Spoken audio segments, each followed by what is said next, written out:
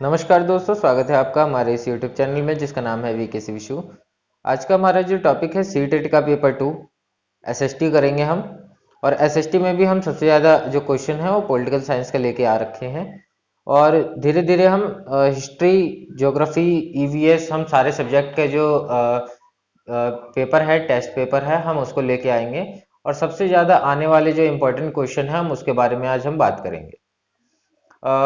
लेकिन इससे पहले हम आपको दो तीन अपडेट बता दें कि सरकारी रिजल्ट के हिसाब से आपके एग्ज़ाम जो है वो नवंबर के एंड में या दिसंबर की शुरुआत में जो है सीटेट का एग्ज़ाम जो है वो होने वाला है। तो एग्ज़ाम जो है वो सभी देंगे, क्योंकि ये जो एग्ज़ाम है वो आपका लाइफ टाइम वैलिड रहेगा और इसको पास करने के बाद में आपको दोबारा एग्ज़ाम देने की ज़रूरत नहीं पड़ेगी। ठीक है, क्योंकि इससे पहले ये होता था कि आपका 3 साल या 5 साल में टेट या जो सीटेट है उनके एग्जाम जो थे इनवैलिड हो जाते थे, उनका रिजल्ट जो है इनवैलिड हो जाता था और आपको बार बार एग्जाम देने की जरूरत पड़ती थी। तो ये जो एग्जाम जो हमारा होने जा रहा है ये आपका लाइफ टाइम के लिए है। तो जिसने भी भरा है पूरी तैयारी के साथ में पहली बार में ही इसको क्रैक करने की कोशिश करें। और इसीलिए हम आपके जो एग्जाम से रिलेटेड जो सबसे मोस्ट इम्पोर्टेंट क्वेश्चन आते हैं, थ्योरी के बजाय हम एमसीक्यू बेस्ड क्वेश्चन लेके आए हैं। क्यों? क्योंकि एमसीक्यू बेस्ड क्वेश्चन से ही आपको एग्जाम का आइडिया हो जाएगा कि आपके एग्जाम किस तरीके से आता है और किस तरीके से आपको देना है। इसके अलावा आप किस तरीके से एग्जाम में अगर आपको कोई आंसर नहीं आता है तो आप किस तरीके से तुक्का लगाएं कि आपका एग्जाम जो है वो बिल्कुल आंसर जो है आपका वो सही हो जाए। ठीक है, तो हम इसी बारे में आज हम बात करेंगे। तो पहले हम क्वेश्चनों की बात कर लेते हैं कि कौन से मोस्ट इंपॉर्टेंट 20 क्वेश्चन हैं। तो फर्स्ट क्वेश्चन की ओर बात करते हैं। तो भेदभाव निम्न में से कितने प्रकार का हो सकता है, हमारा फर्स्ट क्वेश्चन है। तो हमारा पहला ऑप्शन है व्यक्तिगत भेदभाव, दूसरा ऑप्शन है संस्थागत भेदभाव, तीसरा ऑप्शन है एक और दो दोनों, या चौथा है उपरोक्त में से कोई नहीं। तो दोस्तों अगर हम बात करें, क्योंकि मैं लास्ट वीडियो डाली थी भारत में विभिन्नता, तो इसमें हमने बताया था कि भेदभाव जो है वो किन किन प्रकार से हो सकता है। राजनीतिक, सामाजिक, आर्थिक, ये सारे भेदभाव हो सकते हैं। लेकिन मोटे तौर पे जो हमारे भेदभाव होते हैं वो दो प्रकार के हो सकते हैं, व्यक्तिगत भेदभाव और संस्थागत भेदभाव। व्यक्तिगत भेदभाव वो भेदभाव होते हैं जिसमें हम एक व्यक्ति का रवैया जो है दूसरे व्यक्ति के प्रति वो कुछ नकारात्मक सा रहता है, ठीक है, या वो व्यक्ति उसके साथ में भेदभाव करता है। तो ये हमारा व्यक्तिगत भेदभाव हो गया। दूसरा है संस्थागत भेदभाव।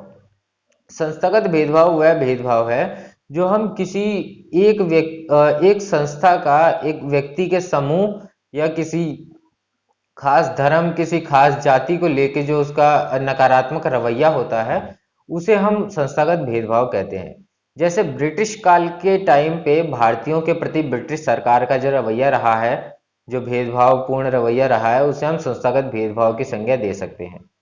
ठीक है, तो हमारे इसके हिसाब से हमारे ये जो दोनों ऑप्शन है, एक और दो दोनों, ये दोनों सही हैं। ठीक है, नेक्स्ट क्वेश्चन की ओर बढ़ते हैं। नेक्स्ट क्वेश्चन है हमारा, कक्षा में लैंगिक भूमिका के बारे में चर्चा करते हुए आप किस बात पर बल देंगे। ऑप्शन एक है, चूंकि लड़के आगे जाकर परिवार के लिए धन अर्जन करेंगे तथा उन्हें विद्यालय जाना चाहिए। दूसरा ऑप्शन है, समाज में व्याप्त लैंगिक रूढ़िवादिता को सार्थक रूप से संबोधित करने की आवश्यकता है। ऑप्शन थ्री, घरेलू कार्यों को उत्पादक कार्य के रूप में नहीं देखा जाना चाहिए। और ऑप्शन चार है, स्त्री और पुरुषों के लिए अलग अलग व्यवसाय, भिन्न व्यवसाय। दोस्तों हम इन तीनों की बात करें तो पहला, तीसरा और चौथा, क्योंकि चौथे में यह बोला गया है कि स्त्री और पुरुषों के लिए भिन्न व्यवसाय, तो एक लैंगिक रूढ़िबद्धता को दर्शाती है। तो ये हमारा ऑप्शन जो है वो गलत है, क्योंकि हमें कक्षा में चर्चा जो करनी है वो लैंगिक रूढ़िवादिता और लैंगिक भेदभाव को दूर करने के लिए करनी है। थर्ड ऑप्शन की अगर हम बात करें तो घरेलू कार्यों को उत्पादक कार्य के रूप में नहीं देखा जाना चाहिए। बिल्कुल देखा जाना चाहिए। जब एक पुरुष जो है वो किसी बाहर जाके कोई घरेलू कार्य करता है, या घरेलू कार्य का वहां पे मतलब है कि कोई खाना बनाता है, कोई बावर्ची है, कोई सब्जी बेचता है या कोई और काम करता है, तो उसको वहां पे वेतन मिलता है। लेकिन घर पे जो है अगर कोई महिला जो है, क्योंकि घर की साफ सफाई, खाना बनाना, हर चीज का काम करती है, लेकिन उसे इस हिसाब से वेतन जो है वो नहीं मिलता। तो हमें घरेलू कार्य को उत्पादक कार्य के रूप में बिल्कुल देखा जाना चाहिए। अगर हम फर्स्ट की बात करें तो लड़के आगे जाकर परिवार के लिए धन अर्जन करेंगे और उन्हें विद्यालय जाना चाहिए। तो इसके बारे में अगर हम बात करें तो ये लैंगिक रूढ़िबद्धता को दर्शाता है कि पुरुष जो होते हैं वो बाहर के काम करते हैं और धन अर्जन करने का जो काम है वो पुरुष का होता है और महिलाओं का काम जो है वो घरेलू कार्य होता है। तो ये भी हमारा ऑप्शन गलत है, हमारा ऑप्शन जो है वो सेकंड सही है, क्योंकि समाज में व्याप्त लैंगिक रूढ़िवादिता को सार्थक रूप से संबोधित करने की जरूरत है। सार्थक रूप से संबोधित करने की लैंगिक रूढ़िवादिता को जरूरत इस वजह से है क्योंकि यहाँ पे अगर हम जितना ज्यादा लैंगिक रूढ़िबद्धता के बारे में अपने विचार स्पष्ट रूप से समाज के सामने रखेंगे, तभी जाके हमारा जो लैंगिक भूमिका के बारे में जो डिसीजन है कि दोनों पुरुष और महिलाएं दोनों जो है वो हर कार्य कर सकते हैं, दोनों के बीच में कोई भी भेदभाव नहीं होना चाहिए। नेक्स्ट क्वेश्चन की ओर बढ़ते हैं। नेक्स्ट क्वेश्चन है हमारा, भारत में असमानता का प्रमुख कारण क्या है? ऑप्शन 1 जाति, ऑप्शन 2 लिंग, ऑप्शन 3 गरीबी या ऑप्शन 4 धर्म। तो दोस्तों अगर हम बात करें किसी भी जाति में, उसमें भी भेदभाव होते हैं। एक जाति का व्यक्ति दूसरी जाति के व्यक्ति से भेदभाव करता है। लिंग की अगर हम बात करें तो पुरुष जो है वो भेदभाव होता है लड़कियों के साथ में, पुरुष महिलाओं दोनों के साथ में भेदभाव होता है किसी न किसी रूप में। धर्म की अगर हम बात करें तो उसमें भी बहुत सारे प्रकार के भेदभाव मौजूद रहते हैं। लेकिन दोस्तों अगर हम गरीबी की बात करें तो गरीबी जो है असमानता का सबसे प्रमुख कारण है, क्योंकि जाति के अंदर भी एक जाति का व्यक्ति जो बहुत ज्यादा अमीर है और उसी जाति का व्यक्ति एक है जो बहुत ज्यादा गरीब है। तो अमीर व्यक्ति के साथ में जो है अलग तरीके का बर्ताव किया जाता है और गरीब व्यक्ति के साथ में अलग तरीके का बर्ताव किया जाता है, चाहे भले ही दोनों एक ही जाति के हों, एक ही लिंग के हों या एक ही धर्म के हों। तो यहाँ पे गरीबी जो है भारत में असमानता का सबसे प्रमुख कारण में से एक है। नेक्स्ट क्वेश्चन की ओर बढ़ते हैं। नेक्स्ट क्वेश्चन है, जब किसी व्यक्ति या समूह को किसी प्रतिरूप इमेज के साथ जोड़ दिया जाता है तो उसे क्या कहा जाता है? तो दोस्तों अगर हम बात करें इस क्वेश्चन की तो ये क्वेश्चन आपके एमडीयू के एग्जाम में भी आ चुका है। ठीक है, एमडीयू का जो बीएड का एग्जाम हुआ था उसमें भी आ चुका है और ये सबसे पॉलिटिकल साइंस के सबसे मेन क्वेश्चनों में गिना जाता है। खासकर भेदभाव वाला जो हमारा चैप्टर है उसके अंदर सबसे मेन प्रश्न में गिना जाता है इस क्वेश्चन को। तो जरा देख लेते हैं ये क्वेश्चन क्या है कि जब किसी व्यक्ति या समूह को किसी प्रतिरूप या इमेज के साथ में जोड़ दिया जाता है तो उसे हम कहते हैं रूढ़िबद्ध। यानी हमारी एक सोच है जो दूसरे किसी समूह, किसी व्यक्ति, किसी जाति के, किसी वर्ग के व्यक्ति के प्रति हो सकती है।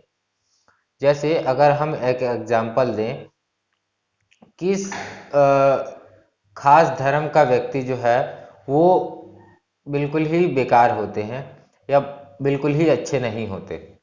ठीक है, उनका रवैया जो है वो अलग तरीके का होता है। तो हम एक खास व्यक्ति के बारे में भी, अगर चाहे भले ही वो उसी धर्म का हो, अगर कोई खास व्यक्ति भी होगा तो हम उसके बारे में भी वही धारणा रखेंगे। जैसे अगर एक और एग्जांपल दें कि किसी एक खास क्षेत्र में एक लड़ाकू लोग रहते हैं।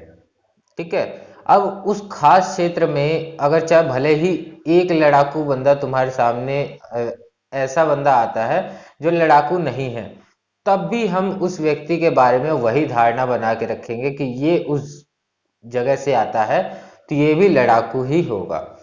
ठीक है, तो ऐसी धारणाएं जो होती हैं वो हमारी रूढ़िबद्ध धारणाएं होती हैं और जब भी हम किसी व्यक्ति या समूह को किसी खास प्रतिरूप या इमेज के साथ में जब हम जोड़ देते हैं कि इस धर्म के व्यक्ति इस तरीके के होते हैं, उस धर्म के व्यक्ति अलग तरीके के होते हैं, तो वो हमारी जो धारणा है, वो हमारा जो हमारी सोच है, वो एक रूढ़िबद्ध धारणा या सोच कहलाती है।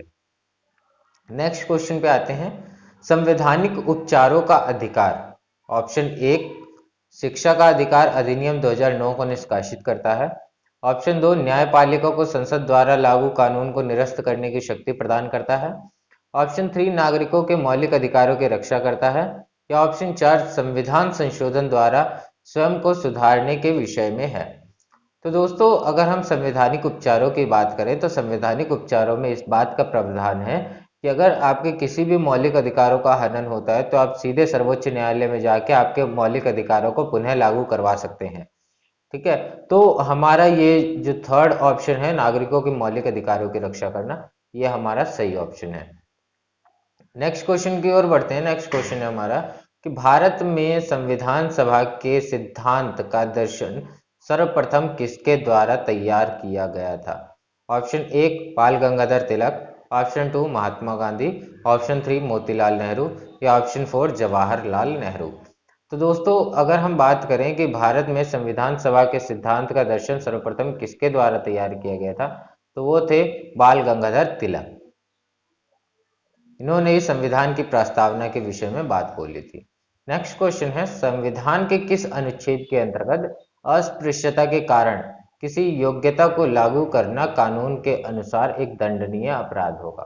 तो दोस्तों यहाँ पे अस्पृश्यता की बात आ गई है, यानी समानता का अधिकार यहाँ पे लागू किया गया है, जो कि 14 से 18 के बीच में है। ठीक है, तो दोस्तों 14 से 18 के बीच में अगर हम अस्पृश्यता की अगर हम बात करें, अनुच्छेद 17 में ये चीज हमारी जो है वो मौजूद है। कैसे मौजूद है कि अनुच्छेद 17 जो है वो हमारा अस्पृश्यता का अंत करता है कि किसी भी प्रकार का जो छुआछूत का जो भेदभाव है वो किसी भी प्रकार से बर्दाश्त नहीं किया जाएगा और भारत में ये वैध नहीं है। ठीक है, तो यहाँ पे ये चीज जो है वो अपराध बोली गई थी।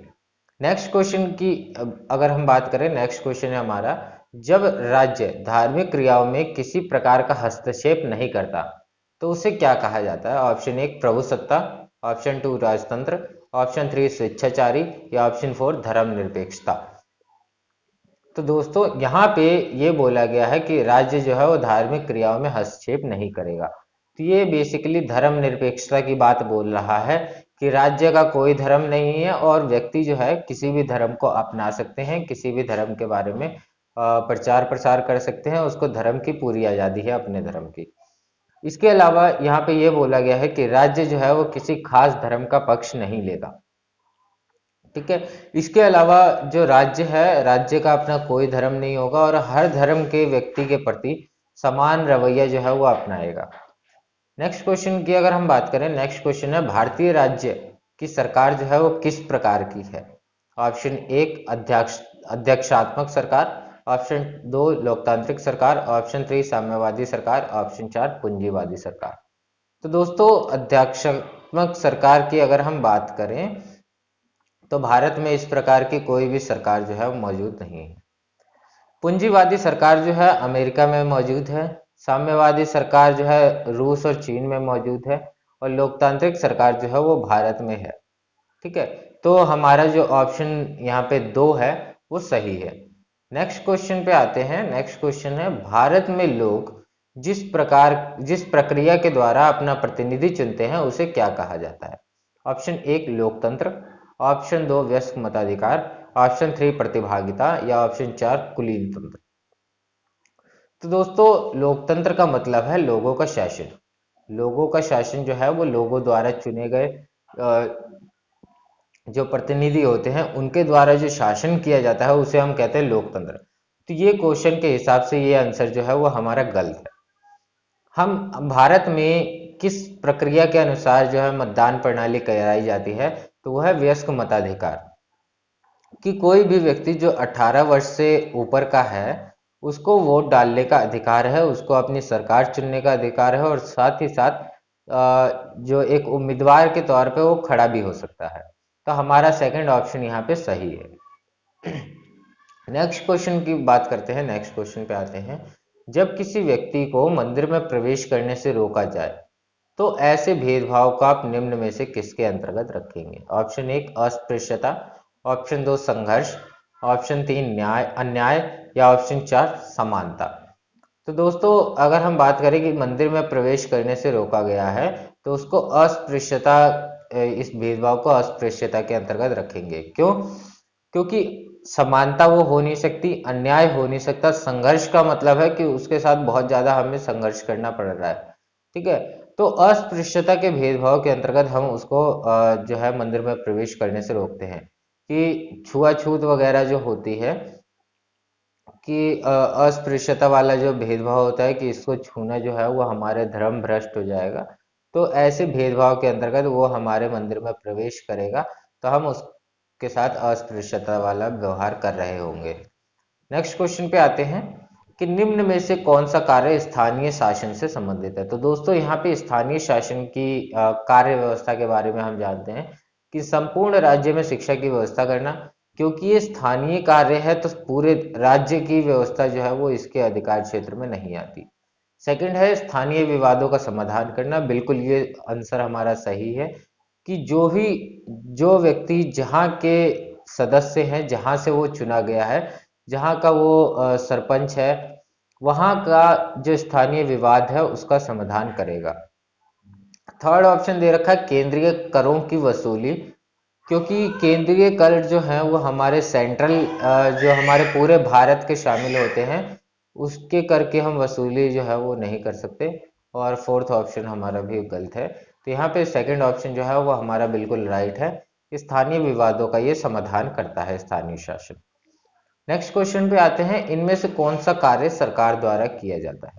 ऑप्शन एक विदेशी संबंधों का प्रबंधन, ऑप्शन टू राष्ट्रीय संसाधनों का नियंत्रण, संरक्षण एवं धारणीय प्रयोग, ऑप्शन थ्री बैंकिंग कार्यों पर नियंत्रण, या ऑप्शन चार उपरोक्त सभी। तो दोस्तों अगर हम भारत सरकार की ही बात कर लें तो विदेशी संबंधों का भी प्रबंधन करती है, राष्ट्रीय संसाधनों का नियंत्रण, संरक्षण और धारणीय प्रयोग भी करती है, और बैंकिंग कार्यों पर भी नियंत्रण करती है। तो हमारा फोर्थ ऑप्शन यहाँ पे बिल्कुल सही है। नेक्स्ट क्वेश्चन पे आते हैं कि यह जनता का जनता के द्वारा जनता के लिए शासन है, ये परिभाषा किसने दी थी। तो आपके ऑप्शन है महात्मा गांधी, ऑप्शन दो Abraham Lincoln, option three Nelson Mandela, या ऑप्शन चार भीमराव अंबेडकर। तो दोस्तों ये जो था कि जनता का जनता के द्वारा जनता के लिए शासन है, ये बोला गया था अब्राहम लिंकन द्वारा, जो कि अमेरिकी राष्ट्रपति थे। नेक्स्ट क्वेश्चन पे आते हैं। नेक्स्ट क्वेश्चन है हमारा, भारतीय लोकतंत्र में समानता के संदर्भ में निम्नलिखित में से कौन सा कथन सही है।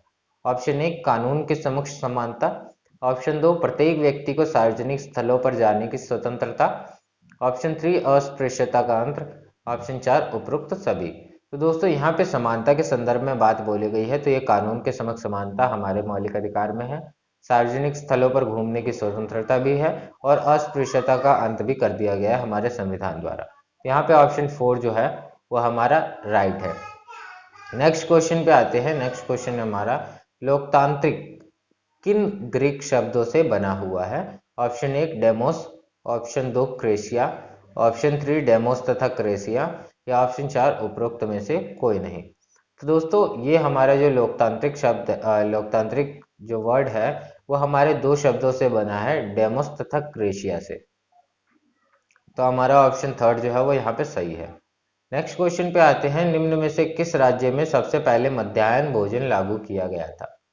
ऑप्शन एक तमिलनाडु में, ऑप्शन दो तमिलनाडु तथा कर्नाटक में, ऑप्शन तीन तमिलनाडु तथा केरल में, या ऑप्शन चार संपूर्ण भारत में एक साथ। तो दोस्तों अगर हम मध्याह्न भोजन की बात करें, जो दोपहर का भोजन हमें मिलता है, वो सबसे पहले तमिलनाडु में लागू किया गया था। तो हमारा फर्स्ट ऑप्शन जो है वो सही है। नेक्स्ट क्वेश्चन पे आते हैं। नेक्स्ट क्वेश्चन है हमारा, भारत की सर्वोच्च कानून निर्माण संस्था कौन सी है। तो दोस्तों आप में से अधिकतर को ये चीज पता भी होगी, राष्ट्रपति आपके ऑप्शन है, न्यायपालिका, संसद, या प्रधानमंत्री और उसका मंत्रिपरिषद। तो दोस्तों अगर हम बात करें भारत की सर्वोच्च कानून निर्माण संस्था, तो राष्ट्रपति जो है वो कानून नहीं बनाता, न्यायपालिका जो है वो न्याय देने का काम करती है, संसद कानून बनाने का काम करती है, और प्रधानमंत्री उसके मंत्रिपरिषद जो है वो उस कानून को लागू करने का काम करते हैं। तो यहाँ पे हमारा थर्ड ऑप्शन जो है वो बिल्कुल सही है, संसद जो है भारत की सर्वोच्च कानून निर्माण संस्था है। इसके अलावा अगर हम प्रधानमंत्री और उसके मंत्रिपरिषद की बात करें, तो वो जो संसद कानून लागू करेगी वो जो संसद कानून निर्माण करेगी वो प्रधानमंत्री और उसका मंत्रिपरिषद लागू करेगा।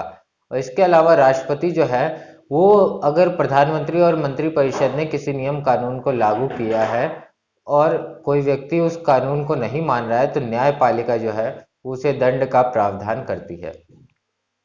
तो हमारा इस तरीके से कार्यपालिका, न्यायपालिका और विधायिका काम करते हैं। नेक्स्ट क्वेश्चन पे आते हैं, राज्यसभा में अधिकतम सीटें कितनी हो सकती हैं। तो दोस्तों राज्यसभा में जो अधिकतम सीटें हैं, आपके ऑप्शन हमें दे रखे हैं 225, 235, 250 या 260। तो दोस्तों इसका सही जवाब है ऑप्शन 3 250। राज्यसभा में जो अधिकतम सीटें हैं वो 250 हो सकती हैं। इसके अलावा अगर हम बात करें कि लोकसभा की सीटों की अगर हम बात करें तो होती है 552। ठीक है दोस्तों, ये लगभग क्वेश्चन जो है वो हर एग्जाम में आते रहते हैं, खासकर राज्यसभा लोकसभा के जो प्रश्न हैं कि कितनी सीटें होती हैं, कौन काम करता है, किस तरीके से काम करती है। तो इस तरीके के जो क्वेश्चन है वो थोड़ा ध्यान रखिएगा। नेक्स्ट क्वेश्चन है, भारत में राज्यपाल की नियुक्ति कौन करता है? प्रधानमंत्री, सर्वोच्च न्यायालय के मुख्य न्यायाधीश, भारत के राष्ट्रपति या संसद? तो दोस्तों क्योंकि यहाँ पे हमने पिछले क्वेश्चन में देखा कि संसद जो है वो कानून निर्माण का काम करती है, तो राज्यपाल की नियुक्ति जो है वो ये नहीं करेगा। इसके अलावा प्रधानमंत्री को किसी की नियुक्ति जो है वो सिर्फ अपने मंत्रिमंडल की नियुक्ति कर सकता है, तो ये भी हमारा क्वेश्चन गलत है। इसके अलावा सर्वोच्च न्यायालय जो है वो न्याय देने का काम करता है, तो हमारा ये भी क्वेश्चन गलत है। तो भारत का राष्ट्रपति जो है वो राज्यपाल की नियुक्ति करता है, तो हमारा थर्ड ऑप्शन जो है वो बिल्कुल सही है। तो दोस्तों आज की क्लास हमारी यहीं ख़त्म होती है। अगर आपको ये वीडियो पसंद आए तो कृपया इसको लाइक शेयर और सब्सक्राइब जरूर कर दें। और आगे हमें फॉलो करने के लिए हमारे फेसबुक पेज पे या आपके सी टेस्ट से रिलेटेड जितने भी क्वेश्चन हैं वो हमारे फेसबुक पेज वीकेसी विशु पर आके आप अपना कमेंट कर सकते हैं, या हमारे यूट्यूब के कमेंट बॉक्स में हमें बता सकते हैं। तो आज की क्लास लेने के लिए धन्यवाद। कल मिलते हैं।